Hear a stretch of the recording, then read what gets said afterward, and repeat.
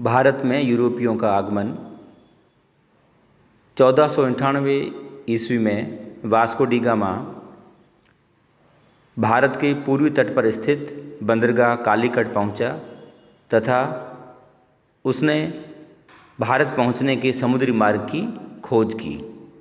Vasco D gamma पुर्तगाल के शासक के प्रतिनिधि के रूप में भारत आया और उसने यहाँ कालीकट के शासक से पुर्तगालियों के लिए व्यापार करने की सुविधा मांगी।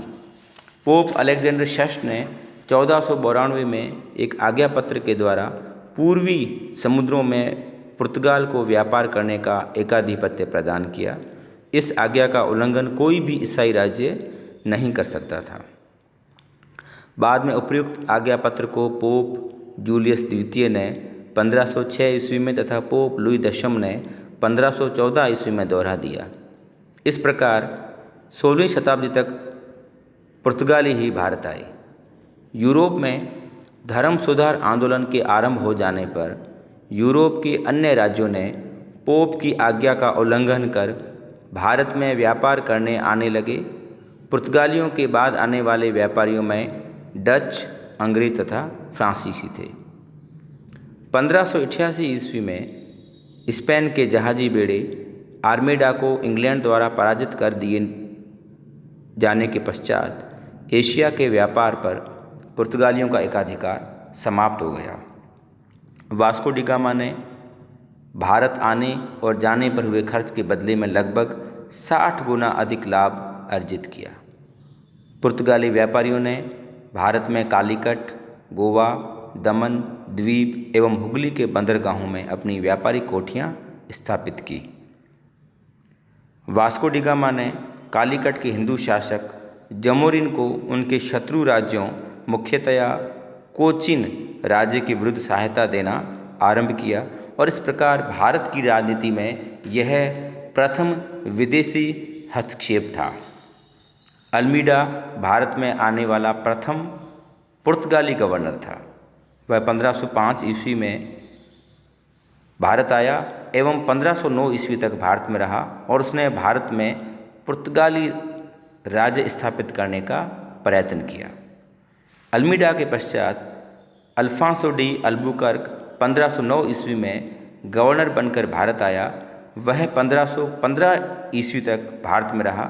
इसकी अधीनता में पुर्तगाली शक्ति का निर्माण हुआ।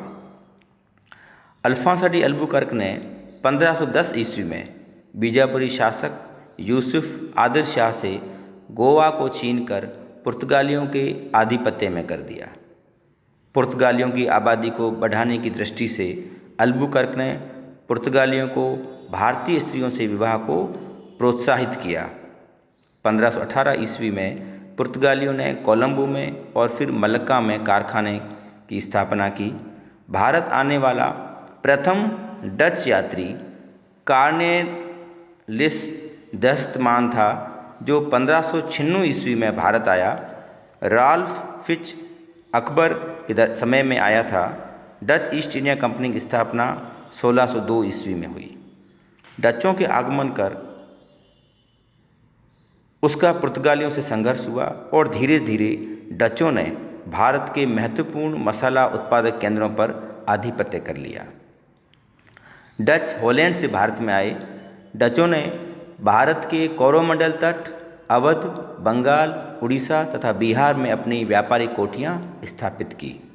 भारत में डचों की महत्वपूर्ण कोठियाँ मसूलीपट्टनम, पुलिकट, सूरत, विमलीपट्टनम, चिनसुरा, कासिम बाजार, पटना, बालासोर, नागपट्टनम और कोचीन में थी। ये सभी पश्चिम और दक्षिणी भारत में विद्यमान थी। डचों का भारत में अंतिम रूप से पतन 1759 में अंग्रेजों एवं डचों के मध्य हुए बेदरा के युद्ध से हुआ। अंग्रेज सेना का नेतृत्व क्लाइव ने किया एवं डचों की पराजय हुई। 31 दिसंबर 1600 ईस्वी में इंग्लैंड की रानी एलिजाबेथ प्रथम के समय में भारत में the governor and company of merchants of London trading into the east Indies की स्थापना हुई। इसे ही संक्षेप में ईस्ट इंडिया कंपनी भी कहा गया। भारत में व्यापारिक गतिविधियों को शुरू करने के लिए तथा व्यापारिक कोठियों की स्थापना हेतु सम्राट जेम्स प्रथम ने 1608 ईस्वी में कैप्टन हॉकिंस को अपने राजदूत के रूप में मुगल सम्राट जहांगीर के दरबार में भेजा। 1609 ईस्वी में हॉकिंस ने जहांगीर से मिलकर सूरत में व्यापारिक कोठी की स्थापना की तथा वहां बसने की इजाज़त मांगी। पुर्तगालियों के विद्रोह तथा सूरत के सौदागरों के विद्रोह के कारण हॉकिंस को स्वीकृति नहीं मिली। भारत से व्यापारिक संधि के लिए 1615 ईस्वी में सम्राट जेम्स प्रथम ने सर टॉमस रो को जहांगीर के दरबार में भेजा। टॉमस रो का जहांगीर ने स्वागत किया और 400 का मनसब प्रदान किया।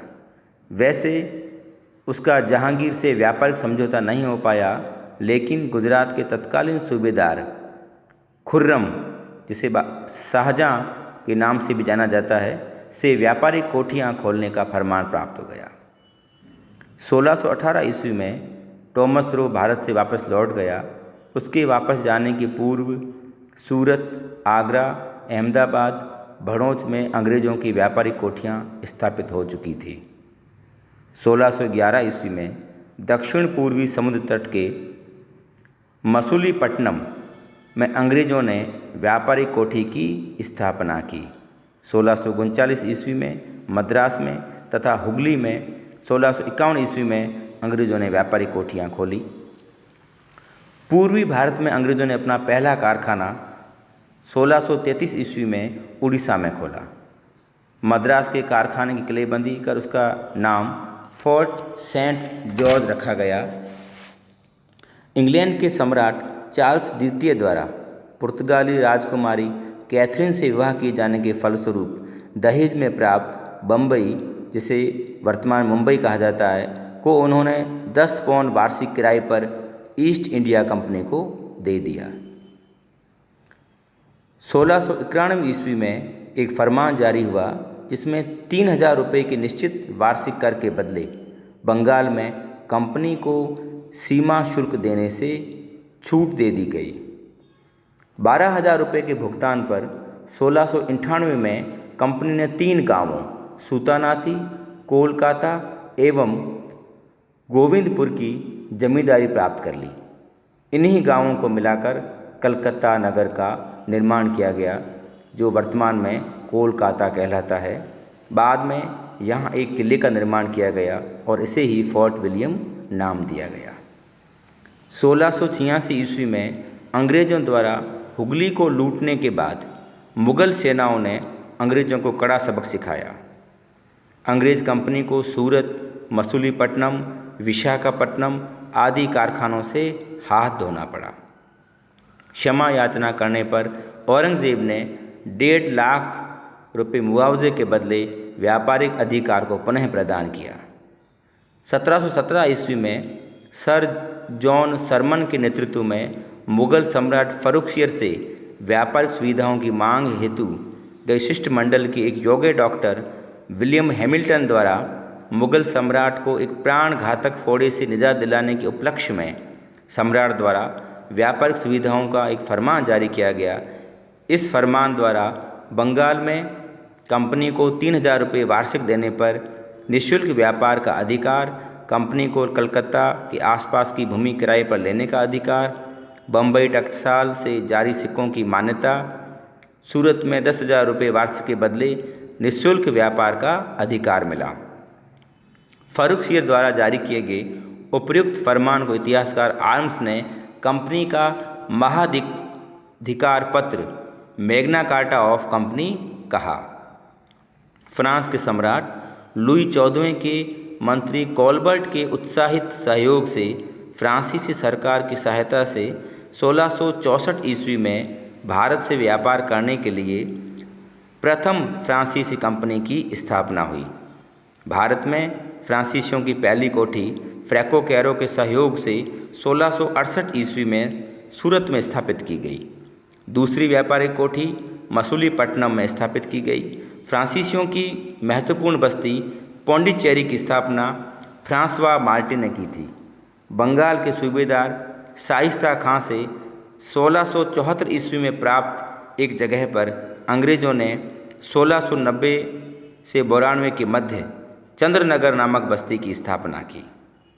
डचों द्वारा पौंडीचेरी को फ्रांसीसियों से छीनने पर फ्रांसीसियों की शक्ति कुछ समय के लिए कमज़ोर पड़ गई थी, लेकिन रिजविक समझौते से 1697 ईस्वी में पौंडीचेरी पुनः प्राप्त हो गई। फ्रांसीसियों ने मॉरिशस, माहे तथा करिकाल पर भी अपना अधिकार कर लिया। इस प्रकार यूरोपीय देशों से पुर्तगाली, डच, अंग्रेज एवं फ्रांसीसी भारत आए और अंत में अंग्रेज़ों ने भारतीय सतह पर अपना अधिकार कर लिया, जो 1947 तक बना रहा।